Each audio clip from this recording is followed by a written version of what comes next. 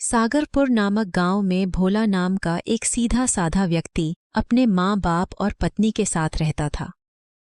भोला बहुत मेहनती था। वो रोज सुबह जल्दी उठकर खेतों में काम करने चला जाता। भोला एक मध्यम वर्गीय परिवार से था। उसके पिता के पास अच्छी खासी जमीन थी, जिससे उन सबका गुजारा अच्छे से हो जाता था। भोला का बड़ा भाई हरीश शहर में नौकरी करता था। भोला दिन भर खेतों में मेहनत करता और शाम को घर पहुंचकर अपने माँ बाप की पूरे जी जान से सेवा किया करता था। पर उसके माँ बाप उसे किसी काबिल नहीं समझते थे। वो हर वक्त उसकी तुलना अपने बड़े बेटे हरीश के साथ करते रहते। माँ पिताजी, क्या बात है? सब ठीक है ना? तू यह सब छोड़, यह बता, इस खेती के अलावा भी जिंदगी में कुछ करेगा या नहीं? दिन भर धूप ताप में खेतों पर रहता है, तुझे क्या मिल जाता है इससे? अरे, खेतों के लिए तो हम किराए पर मजदूर भी रख लेते। अगर समय रहते तू भी हरीश की तरह पढ़ लिख लिया होता तो आज तू भी शहर की किसी बड़ी कंपनी में बैठा होता। किससे कह रही हो हरीश की माँ? इसने पहले कभी हमारी सुनी है क्या? जो अब सुनेगा बचपन से यह तो बुद्धू ही रहा। इसको और हरीश को देखकर भला कौन कहेगा? यह दोनों सगे भाई हैं। भोला चुपचाप उनकी बातें सुनता रहा। यह सब सुनने की उसे अब आदत हो गई थी। उसे बुरा तो बहुत लगता था, लेकिन वो अपने माँ बाप की बहुत इज्जत किया करता था। वो कभी उनसे पलटकर कुछ नहीं बोला। क्या हुआ, आज फिर से यहाँ उदास बैठे हो? ये लो, आप खाना खाओ। अब रोज रोज माँ पिताजी की बातों को दिल से लगाओगे तो कैसे काम चलेगा? मैंने उनकी बातें आज तक दिल से नहीं लगाई गीता, बस कभी कभी सोचने लगता हूँ, क्या मैं सच में किसी लायक नहीं हूँ? हरीश भैया शहर में नौकरी कर रहे हैं। माँ पिताजी को उन पर कितना गर्व है। काश मैं भी कुछ ऐसा कर पाता जिससे मेरे माँ बाप मुझसे भी खुश होते, पर मुझे नहीं लगता कभी ऐसा कुछ हो पाएगा। आप ऐसे उदास होकर मत बैठ जाया करो, मुझे बिल्कुल अच्छा नहीं लगता किसी को कुछ भी लगता हो। मैं जानती हूँ आप कितने मेहनती हो, और आप देखना, एक दिन हर कोई आपकी मेहनत को समझेगा। बस तुम्हारी यही बातें मुझे जीने का हौसला देती हैं। अरे, इतनी रात हो गई, आप सोए नहीं अभी तक? मैं सो जाऊंगा अभी थोड़ी देर में। तुम सो जाओ। तुम क्यों उठ गई? कई दिनों से देख रही हूं, कुछ परेशान से हो। अगर कोई बात है तो बताओ ना। अकेले ऐसे कब तक उठते रहोगे? मैं क्या ही बताऊं तुम्हें, बेवजह तुम भी परेशान हो जाओगी। रहने दो, सो जाओ आराम से। अरे आप बताइए तो सही, हम दोनों मिलकर समस्या का समाधान निकालेंगे। अकेले क्यों परेशान होते हो? दरअसल बात यह है कि मेरी नौकरी छूट गई है। कंपनी घाटे में थी, जिसकी वजह से आधे से ज्यादा लोगों को बिना कोई रीजन दिए निकाल दिया। मैं इतने दिन से दूसरी नौकरी की तलाश में हूँ, पर तुम भी जानती हो इतनी जल्दी कहाँ नौकरी मिलती है। मुझे टेंशन इस बात की है कि कुछ ही दिनों में घर के किराए का भी इंतजाम करना है, और भी कितने खर्चे हैं। कैसे मैनेज होगा सब? तो आप इस बात पर इतना परेशान क्यों हो रहे हो? तुम्हारे माँ पिताजी के पास किसी चीज की कमी है क्या? वो मदद करेंगे हमारी। आज नहीं तो कल नौकरी तो आपको मिल ही जाएगी। क्या भरोसा कब मिलेगी, और कब तक माँ पिताजी के दिए पैसों से दिन काट लूंगा। वैसे तो हर बार गांव में जाकर उनके सामने इतनी बड़ी बड़ी बातें करके आते हैं हम दोनों। अब किस मुंह से पैसे मांगूं उनसे जाकर? पैसे मांगने क्यों हैं? आपके ही हैं। पूरा हक है आपका वहां। मकान है, जमीन है, सब कुछ अकेले उस भोला को ही मिलेगा क्या? बहुत शातिर है वो, इसलिए दिन रात उन खेतों में लगा रहता है ताकि आपको जायदाद से बेदखल करवा सके। यही अच्छा समय है, इसी बहाने से हमें हमारा हक भी मिल जाएगा। सब कुछ बेचकर माँ पिताजी को भी शहर ले आइए। हम कब तक यहाँ किराए के मकान में रहते रहेंगे? हमारा भी शहर में खुद का घर होगा। नहीं नहीं, ये ठीक नहीं है कंचन। माँ पिताजी को यहाँ ले आऊंगा, वो सब तो ठीक है, पर भोला का क्या होगा?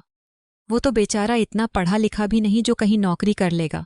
घर जमीन सब छीन गए तो वो कहाँ जाएगा? सही में आपके माँ बाप ने नाम तो उसका भोला रख दिया, पर असल में भोले तो आप रह गए। इतना भी नहीं जानते वो कितना शातिर है। उसने कितना पैसा माँ पिताजी से भी छिप कर रखा होगा। देखना, आपके शहर आते ही अपना महल खड़ा कर लेगा। हरीश यह सब सुनकर कंचन की बातों में आ गया और सुबह होते ही अपने गांव के लिए निकल पड़ा। प्रणाम माँ, प्रणाम बाऊजी। अरे मेरा बच्चा हरीश, इतने दिन बाद माँ बाप की याद आई है। तुझे हर समय तेरी माँ तुझे और कंचन को याद करती रहती है।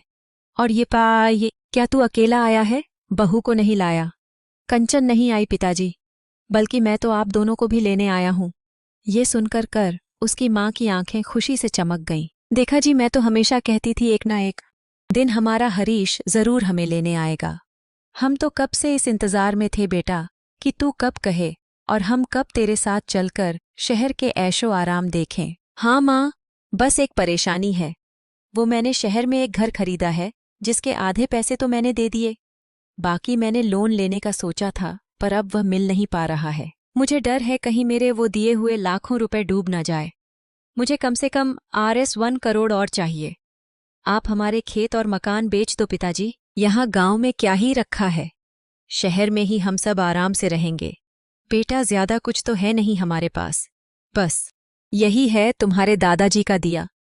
जो भी है इसे ऐसे बेचना, मुझे नहीं लगता ठीक होगा।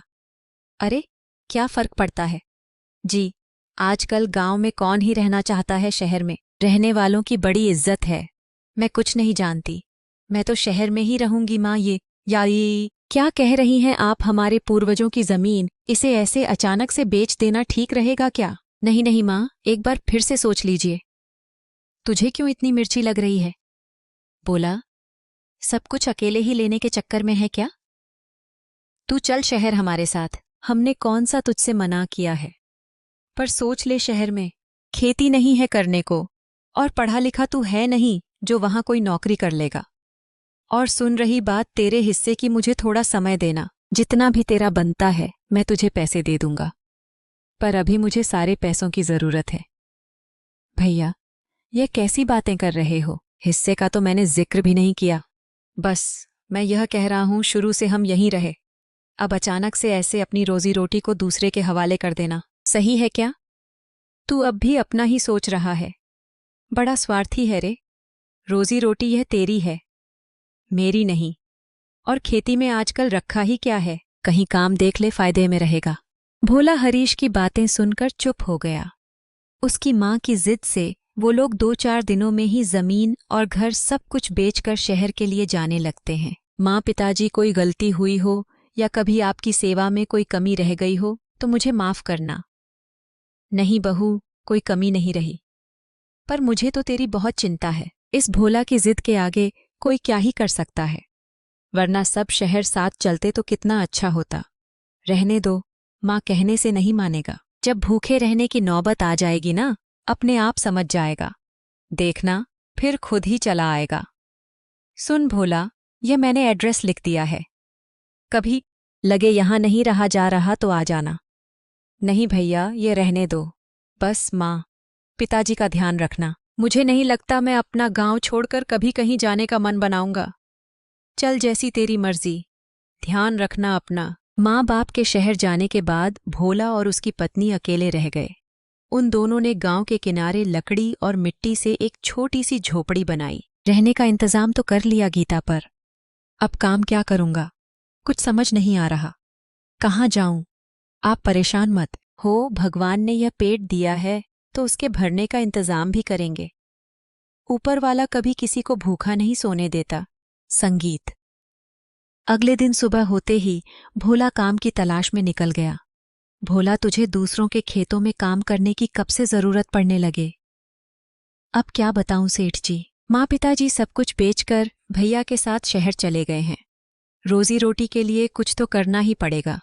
सारी जमीन बेचकर चले गए हैं। अरे भाई, पर तेरा तो कुछ हिस्सा दिया होगा, तेरे लिए तो कम से कम कुछ छोड़कर जाते। दिमाग खराब हो गया था क्या आप दोनों का? नहीं, ऐसा मत कहिए सेठ जी, सब समय का खेल है। उन्होंने तो मुझसे भी कहा था शहर चलने को, मैं ही नहीं माना। शुरू से यहां रहा, मेरा इस गांव को छोड़ने के लिए मन ही नहीं मानता। अब जैसे भगवान रखेंगे रखूंगा।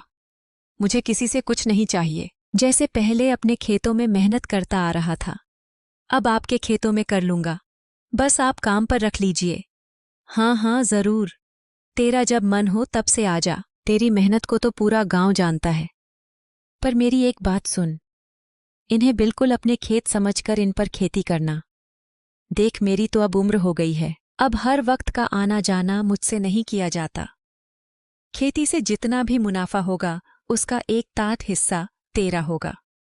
सेठ जी, आपकी बहुत बहुत मेहरबानी।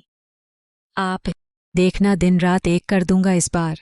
पूरे गांव में सबसे अच्छी फसल आपकी ही होगी। भोला पूरे जी जान से खेती में लग जाता है और इस बार पूरे गांव में सबसे अच्छी फसल सेठ की ही होती है।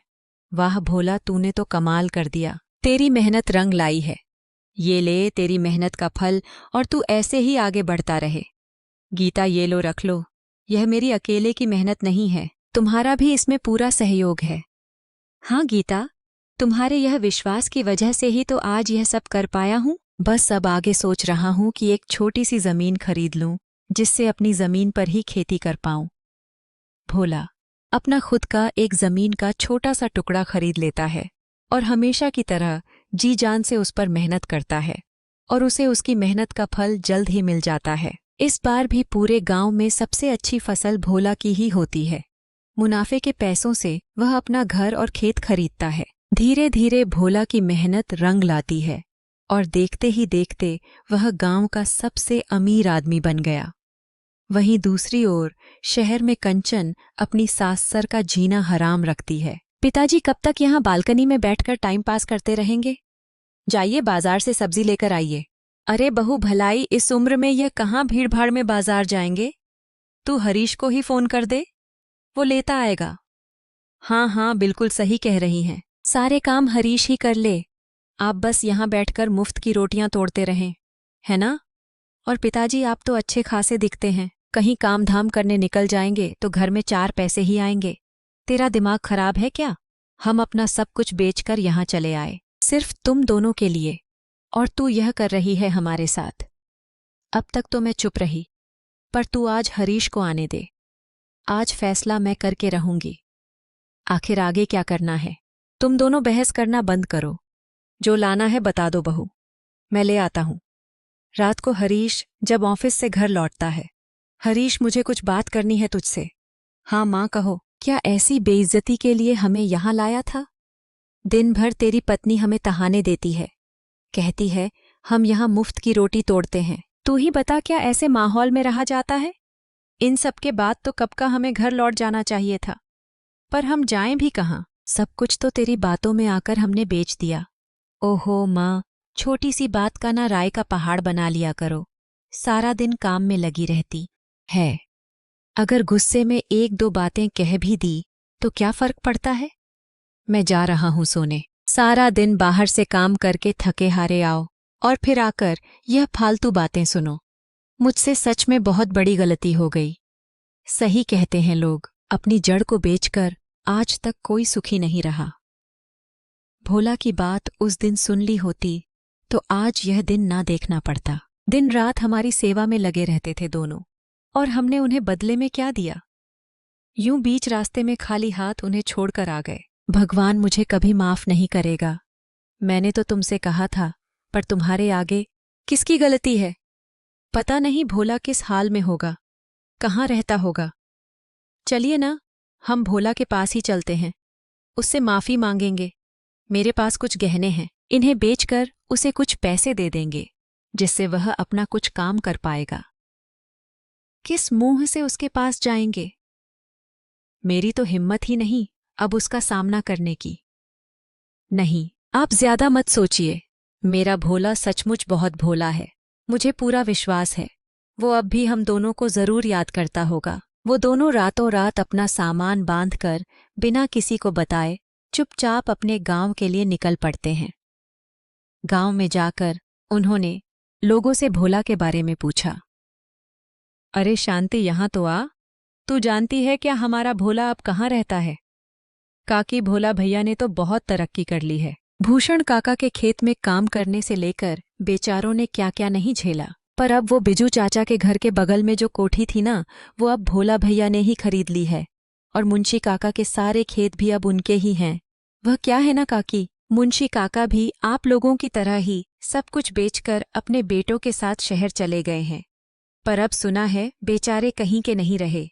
पहले तो बेटों के मुंह में आकर सब बेच दिया, और अब बेटों ने वहां ले जाकर धोखा दे दिया। सही बात है काकी, आजकल तो सब पैसों से ही चलता है। 4 पैसे हैं तो कोई पूछेगा, वरना कोई नहीं पूछता। अरे मैं भी किन बातों में पड़ गई। आप दोनों इतने दिन बाद आए हैं। आप बताओ ना काकी, आप तो ठीक हो? हरीश भैया और कंचन भाभी तो भोला भैया की तरह ही आपका ख्याल रखते होंगे। हम चलते हैं अभी, फिर किसी दिन फुर्सत में बात करूंगी तुझसे। भोला के माता पिता उसके घर पहुंचते हैं और उन्हें देखकर भोला की खुशी का ठिकाना नहीं रहा। माँ पिताजी, आप लोग इतने दिनों बाद। मेरी आंखें तरस गई थी तुझे देखने को। तेरी तरक्की ने तो आज हमें भावुक कर दिया। हमें माफ कर दे बेटा, तुझे नकारा कह कहकर हमेशा तुझे ताने देते आए और तूने कभी हमें पलटकर जवाब तक नहीं दिया। भोला के माता पिता उसे अपनी सारी आपबीती बताते हैं। माँ पिताजी, आपके साथ इतना सब हो रहा था, फिर भी आप लोग वहां रहे। आपको तभी सब कुछ छोड़कर वापस चले आना था। आपने इतना सब क्यों झेला? किस मुंह से आते बहू? वो तो आज भी मेरी ही जिद थी, वरना यह तो तैयार ही नहीं थे। माँ पल भर में इतना पराया कर दिया अपने बेटे को। मेरे होते हुए आप दोनों वहां इतने दुखी रहे और मैं यहां समझता रहा। माँ पिताजी खुश होंगे, अपने कर्मों की सजा काट रहे थे बेटा। तुझे यूं बीच रास्ते में अकेला छोड़कर चले गए, यह करनी का ही तो फल था। पर तेरी मेहनत ने हर चीज का डटकर सामना किया। मैं तो धन्य हो गई तेरे जैसा बेटा पाकर। माँ, आप पुरानी बातों को भूल जाओ। जो हुआ उसे मैं नहीं मिटा सकता, पर अब वादा करता हूं, आपकी आंखों में कभी आंसू नहीं आएंगे। जब तक आपका यह बेटा जिंदा है, आपको दुनिया की कोई ताकत परेशान नहीं कर सकती।